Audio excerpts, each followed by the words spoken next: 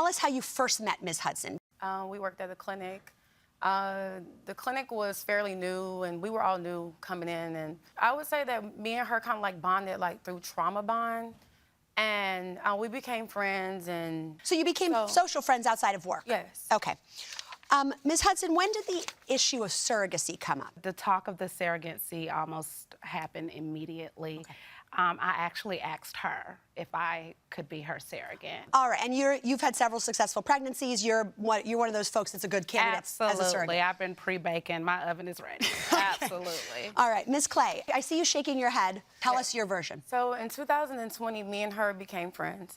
It wasn't up until the end of 2022 is when my employer offered these benefits. She came to my house because I'm an extreme couponer, so I had like 2 storages, and she was gonna help me downsize one.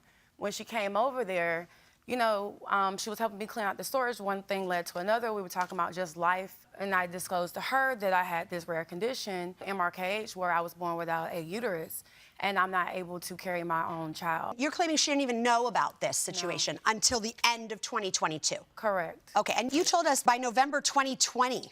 We started talking about it, Judge, right away. Okay. We really did, because we connected on so many levels. We discussed health issues. Like she said, we trauma bonded. That's what ultimately led to the conversation. Okay. So, all right, go ahead. Yeah, go ahead. So we trauma bonded because of our mother's situation. That was the reason why we became friends, because of our issues with Mom. Okay. The first issue for today that we're here to resolve is an issue of unpaid loans. Yes, ma'am. Correct? And that was for a gas bill, is that correct? Oh, yes, okay. So, Ms. Hudson, tell us what this bill was and when it arose. I lived in a home where it was an older home, but what got significantly high was the gas bill, the light bill. I could not pay that. So I went to Ms. Clay and I asked Ms. Clay. When? Because part of the issue here is that you both have very different stories about this gas bill. You claim that this was before the employer even offered IVF. Nikita and I spoke about the surrogacy, that she was going to raise the money. The employer happened to offer services, so we decided to go with and let the employer pay for it.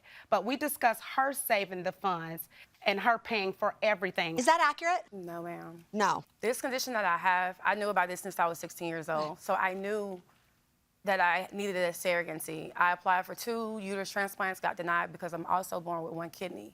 So I got denied, so I didn't really know what else to do. I didn't know if I was even going to be able to even do IVF, because if I create embryos, I don't have a uterus to put them in. Right. This is a hugely expensive process that you probably couldn't even consider if you didn't have benefits. Correct. She said, yes, a family member was supposed to go through with this, but unfortunately she had a medical issue with her last child, so she was unable to do it. So once again, she came to my house, and then that's when we struck up this conversation. And first, like she said, immediately she was like, I'll do it.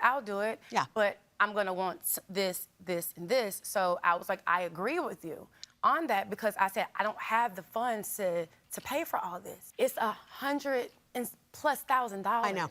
I know. So, okay. So was one of the things that she asked for the utility bill to be paid? She told me that she didn't want any money from me. And I believed her that she was gonna do it from the kindness of her heart, and she didn't want anything from me. I'm sorry. Okay. I'm sorry. No, it's okay. Take your time. Let me give you a minute. I'm sorry. Yeah, no, it's okay. It's okay. Please.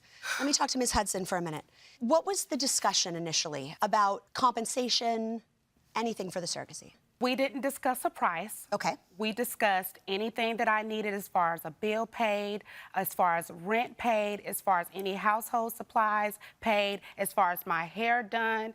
We discussed that. We did not discuss, hey, give me $15,000. Okay. We discussed anything that I needed that she would compensate it for me. Anything that I needed. As long as I didn't change my mind with being her surrogate. So this is a long process. She hadn't even done IVF yet. Was she going to be paying anything you needed for this whole time?